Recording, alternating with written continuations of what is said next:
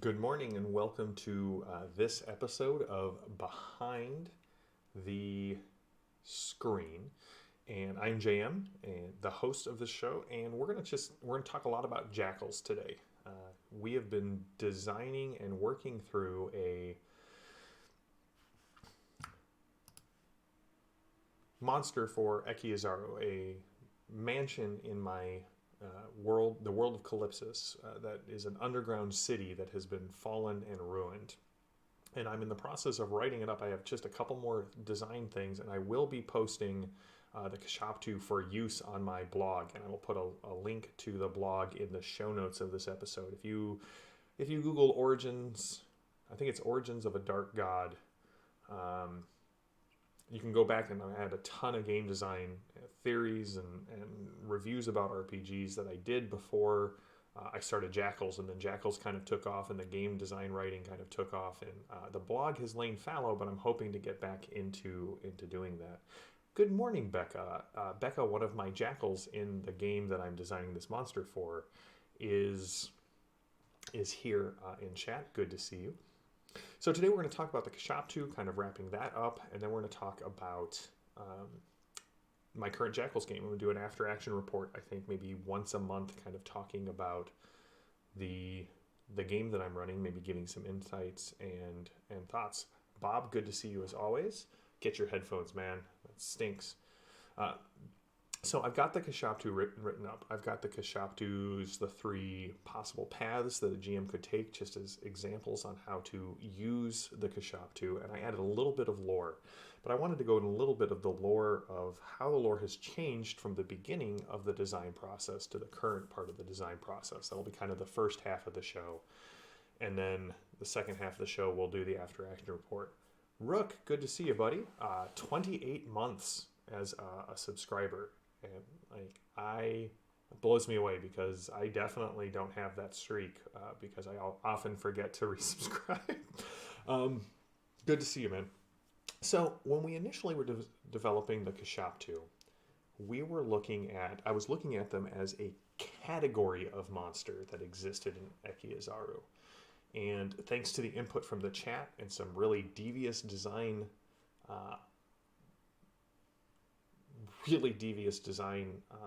choices that came up because I was interacting with the chat. What the lore has changed is the Kashshaptu is the last of 7 Rathic spirits, 7 great spirits that were sent to the Ekiazaru and sort of laid it to waste. These 7 spirits destroyed one of the greatest cities of the Han in the Zaharets. And so what I kind of wanted to have happen here is I didn't want, as we were designing this monster became far deadlier and far more of a creature or set piece to defeat as opposed to one of many things. I think back to, if you go back and actually read through the history of Middle-earth, I think when Tolkien initially came up with the idea of the Balrogs, his idea was that there was just hundreds of them. And then towards the end of his life, he was like, yeah, there's probably about 6 or 7. And that's kind of what happened with the Kashshaptu. So I'm sort of, as I'm writing up the lore, some of which will appear in the article and some of which will probably appear in a later article, I'm going to base these kind of off the 7 Ananuki. So there were 7, excuse me, there were 7, Bob, I really want you to draw that thing. We should talk about a commission. So there were 7 in Sumerian, Babylonian lore. There are these 7 spirits, these 7 antediluvian spirits. No, anti is after. Pre-diluvian spirits that essentially come up out of the waters and aid the Babylonian kings in establishing Babylon. And they are not great spirits when you actually look at what they did and what they taught the Babylonians. So I kind of like this idea that these 7 great spirits in service of Imalajas are sent into this thing, and 6 of them escape. Whether they escape into the world as humans, or they escape into possessing human bodies or possessing Hanic bodies, maybe that's the reason that the Han are all wiped out, that these other 6 brethren escaped and went to other mansions and ruined them. So this last one, this Kashshaptu that is left here, is... Oh, anti does mean before. Thank you, Bob. Right. Antediluvian, post-diluvian.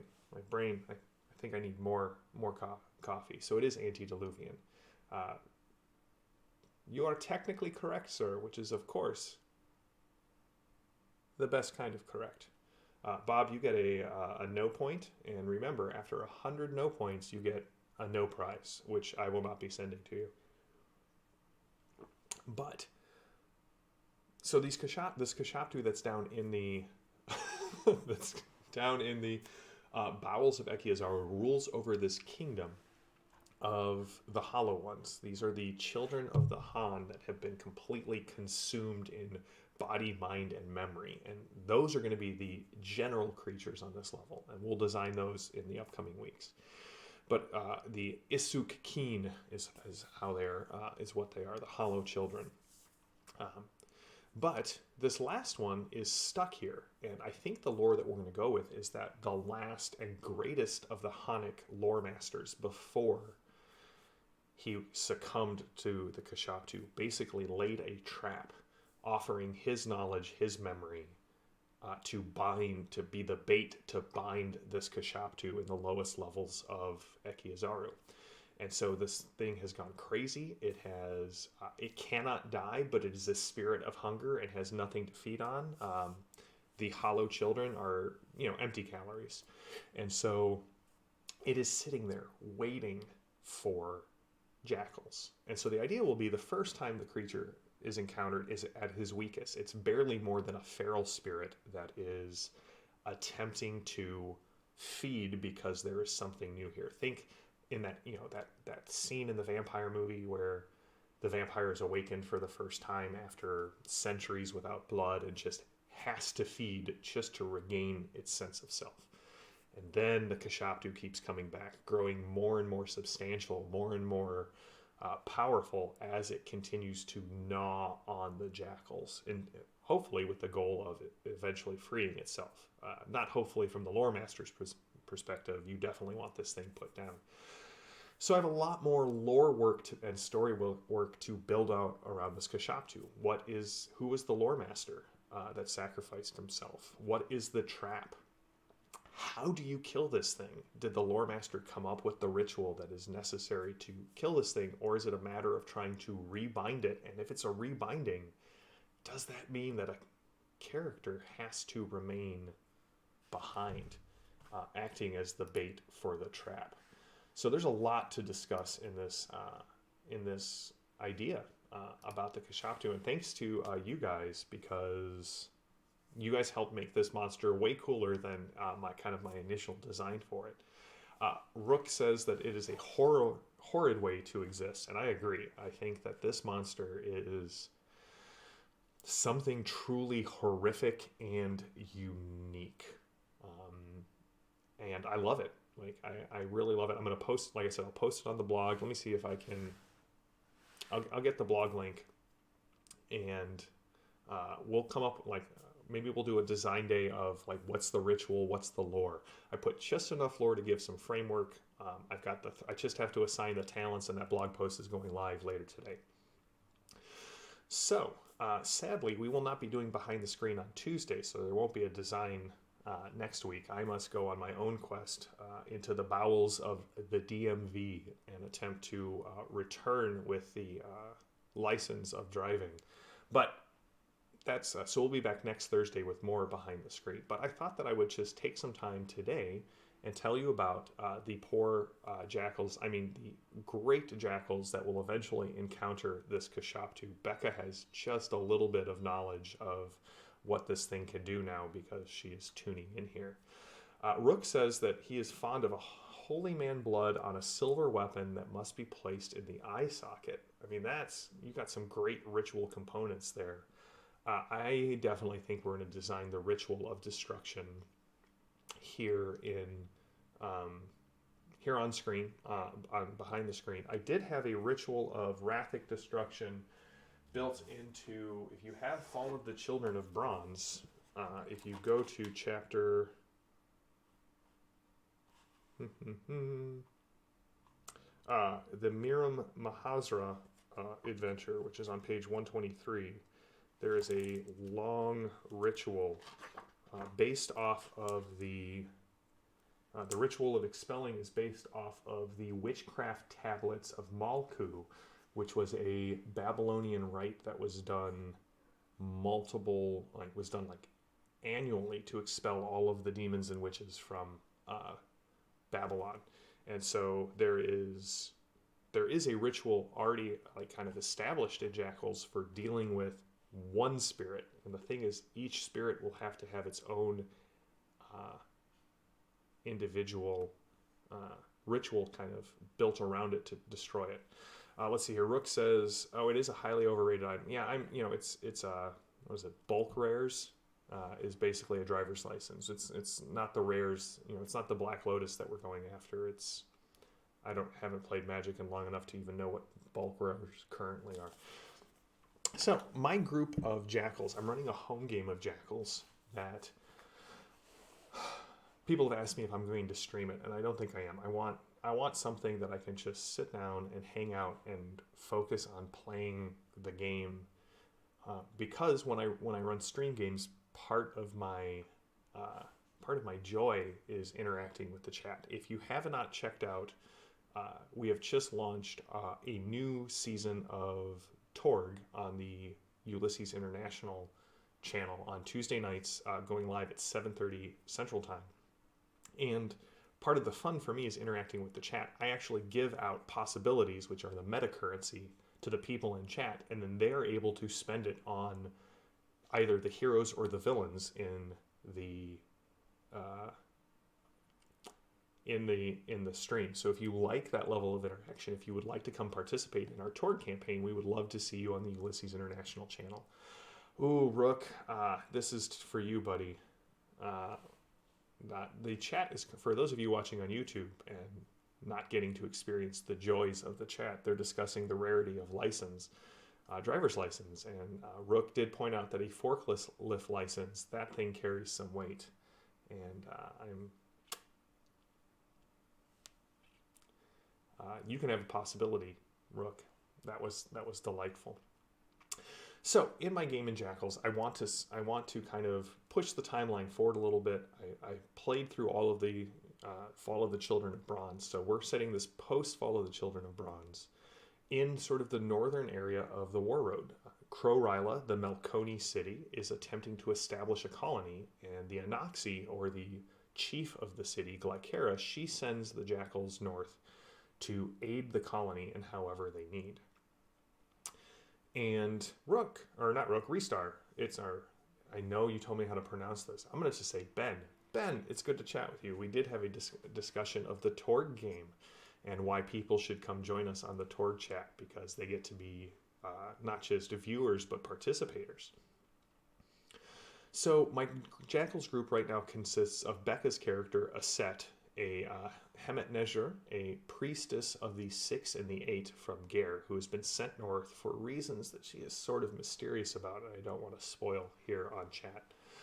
We have 2 Luwathi, a good friend of mine, Mark. If you have, he played in the Torg game. He played as Anton in the Torg game, and Archibald Peacock, Sergeant of Foot, and Inquisitor Flint in our Fading Suns game. He is playing Zamir, a Luwathi Kahar, or a priest of Always. So those are our 2 devotionalists, and everyone else is playing a warrior. So my friend Brad is playing a Melkoni follower of Ryla, who just loves Ryla, but is not actually a consecrated invoker of them. So his character is a warrior and a trader. We have Deshi, a Luwathi, who is using some of the rules from the new Travelers on the War Road book. And then Evan, who played Father Bell in the Fading Suns game, is playing Zahind, the Trouge warrior. We've had to come up with a ton of new Trouge words, mostly insults, like for ground walkers and the stone corrals that trap people and that sort of thing. So I've really been enjoying doing a lot of the language development as well. And because Mark and Becca are who they are as players, they both took herbalism, and I am writing up a ton of new plants and trees and herbs that players can use in the game. And again, they'll be posted on my blog as soon as I get the write-ups done, and then hopefully they'll be incorporated into a book at some point. So after sort of a standard Jackals introduction, Jackals don't meet in the tavern, they meet on the war road. And so they were hired basically immediately to go out and rescue a merchant that was several weeks late. They fought some Takan. On their way back to the town, or to Crow Ryla, after rescuing this merchant and meeting up with Zahind, they were ambushed by a trio of Sutakan, the hunters of men. And what was interesting is Becca and Mark have played Jackals. Paul, Brad have not. Evan has had a little bit of experience with it. There are a ton of curse words, Bob, in Jackals, and my favorite right now is Sekla, which is a word in the tongue of the Takan, which just means meat. It means meat in every sense of the word that a beastman would use the word meat for. So it is a very versatile word to scream at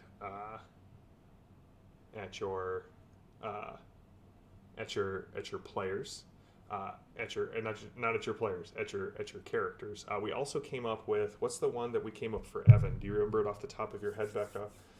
He wanted a word that meant ground walker, and basically what we established, it meant your leg. The translation in Trouge actually conveys the sense of your legs are too weak to grip the sides of a horse, therefore you are forced to walk on the earth, or something like that. It was a good use of language. So the group was attacked by Sutakan, and I said, hey guys, listen, the Jackals you start your campaign with are not the Jackals you're going to end with. Like, things can turn very quickly in a fight, and you can die. And I'm a GM who, I don't seek to kill players, but if your choices don't have the chance that they could kill you, then I don't feel like you're actually making interesting choices in the game. So there are no concentric circles of increasing difficulty in Jackals. Sometimes you'll pull a monster on a random encounter that you need to run from. The group took care of the Sutakan, but one of them was one hit away from dying and had his stomach torn open by the jaws of a Sutakan, and it was a lucky crit that killed the final creature before it could end him. So, established a good feeling for the war road. The group was invited to sit with the Anoxi of the city, which is just the Malconi term for ruler of the city. Glycera explained that, hey, we've been trying for almost 5 years to get this colony started. We've had 3 failed attempts. This is the 4th and final one. I'm not going to get any more funding to do this, so I need the Jackals to go out and help. Aset, who is... I think she's a spy. I don't think the group knows this yet. Made a deal with another Malconi noble to be a spy in the colony and send information back so that Cadmus, this noble, could basically use the information to his benefit and possibly oust Glycera as the ruler of Crow Ryla. The rest of the group does not know that Aset has this deal going on. So the group made its way north into the Valley of Troicus. There was some really good interaction with the land, which I think, Bob, if my memory serves, when you and I were talking about the Wheel of Time when we first met, and we were just still high on Jordan's novels, we were talking about how in the Eye of the World, that first chapter, not the prologue's excellent, but that first chapter establishes it as fantasy, because the first thing Jordan starts talking about is the trees. And that kind of sets you in the fantasy mood. So as they're going through this, the Trochian forest, they start noticing some strange things. It looks like some of the trees have been savaged. Some of them have been wreathed with garlands and strange golden flowers. And so they're starting to see that, hey, there are things going on here that they don't even have context for. And that something is definitely out there trying to destroy things, and there are things that are out there trying to preserve things. And I don't know what the group was thinking, but when they finally got to the colony, to see a bunch of tents, one wooden building, a bunch of burned stones that looked like they were about to be turned into a wall, and the crappiest palisade ever designed, and about 50 to 75 people in the camp, they were a little disappointed in the fact that this was the colony they were sent to support. And now the colony's had a ton of issues. People have gone missing. Takan have raided it. A Cyclops, destroyed a number of the Lycosian warriors who were there to aid the colony. So the group has its work cut out for it. And my goal is, for those of you watching on YouTube, part of the, I'm glad that you do. First of all, thank you. Please feel free to comment. I try to respond to all comments about on Behind the Screens. But there is something good about being on the Twitch side, because the chat is, you don't get Ben and Rook's pun game in its raw and delicious form, straight from the source. If you are watching on YouTube, that is a chat only benefit. In fact, I'm going to keep that as a chat only benefit, because these are delightful. So the group then is next week's going to have to head down and get a lay of the land, figure out what is needing to be done. And how I've basically set up the colony, so which is sort of the first arc of this campaign, is there are about 15 plots going on in the colony. Some of them are simple adventures, like, hey, this person is missing, or we're trying to claim this thing, or we're trying to investigate this thing. Some of them are beyond the colony. What's going on in the forest? Who's putting the garlands down? What's going on with these savaging of the trees? There are some static points that if the players encounter them while they're out and about will trigger events. And then there is the overarching threat and shadow of Ekiazaru, which is somewhere in the area. So essentially what's going to happen is the group is now in a small sandbox. They've got several things that they can choose to do. But what I do, and maybe I'll share, I think this will be a good design episode to share, is how I plot timelines. So I have this really great book that a friend of mine who has passed on, Jeremy Dale, great comic book artist, just wonderful person and friend. He bought me the DC Guide to Writing Comics, and it's one of the most influential books I've read on how to plot role-playing games. And the idea is that things don't stay static, right? Plots have to keep moving forward. So if Batman goes and investigates this crime, then the hints of this other villain, they're going to increment forward. And so I actually have a way that I plot out, hey, all right, here are the 10 things the players know about. Here's the 3 things they don't. They're investigating option 5. Well, how does that change for options 1 through 4 and 6 through 10? So I've got a lot of pre-game work done, and we're going to see how the players interact with it and throw monkey wrenches and chaos into this thing.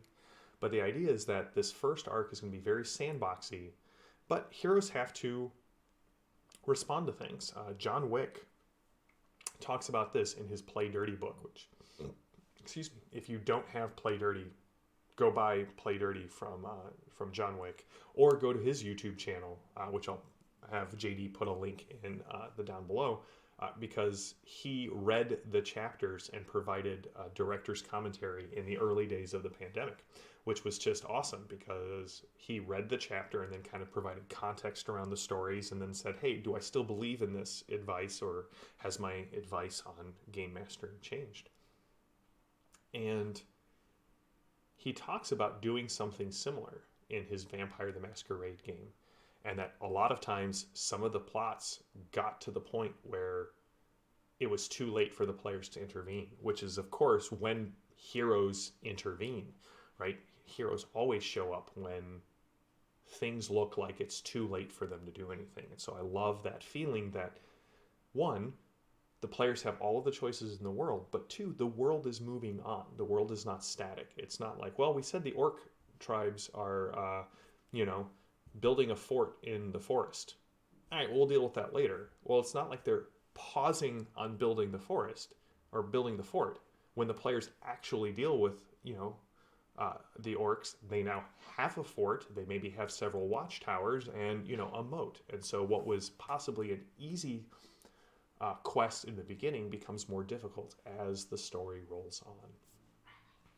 So that brings us to an end of this episode of Behind the Screen. Again, we will not be here on Tuesday. I apologize, but we will be back next Thursday.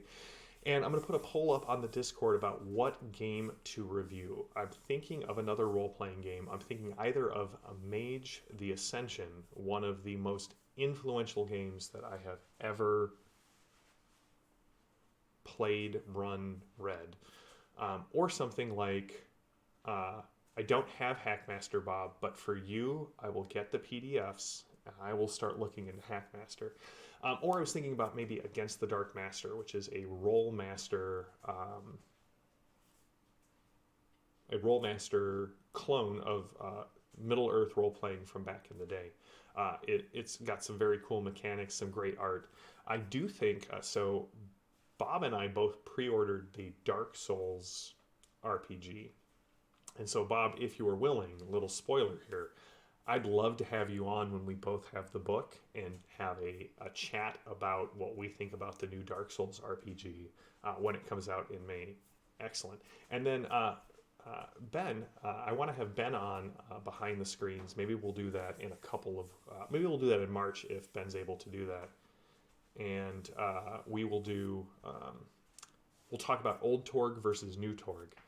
So, Rook, that's interesting. Like, well, maybe what we have to do is maybe we'll have to do Zweihander then Against the Dark Master. But Zweihander is a clone of Warhammer.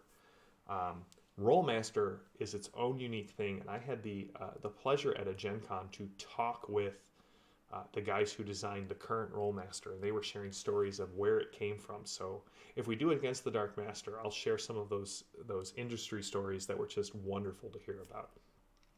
So this Saturday, if you are awake at 8 a.m. Central, we're going to be doing the second episode of the Grand Campaign, where we talk about all of the reasons why you would want to run or play in a Grand Campaign. That's our focus for this next episode. Please feel free to join us if you're able to. As always, if you like what we do, please consider following us here on Twitch, following us on YouTube, giving a thumbs up to the video so the algorithm puts us in front of the people who would also like this, and comment. I respond to every comment on the Behind the Screens because I enjoy engaging with people. I am an extrovert. I'm a serial extrovert, so I will always chat with people. So Ben says he'd like my take on GURPS. So Ben, I don't know if you know this, but GURPS was my main game in high school. I ran the heck out of GURPS. So we'll add GURPS to the list as well. I have a lot of fun stories about 3rd and 4th edition, and also why I am a GM. GURPS is the reason that I am a game master. So I'll put the poll on the Discord. So if you're a patron of the show, you can go check out, or if you're not, you can go check out our Patreon at patreon.com/Iconic Production. If you are a member, I'll post the poll today, and we'll do a role-playing game review next Thursday that the patrons will get to decide on which one it is. So I'm JM. This is Behind the Screen, and until next time, stay safe, stay healthy, and stay gaming. Have a good one.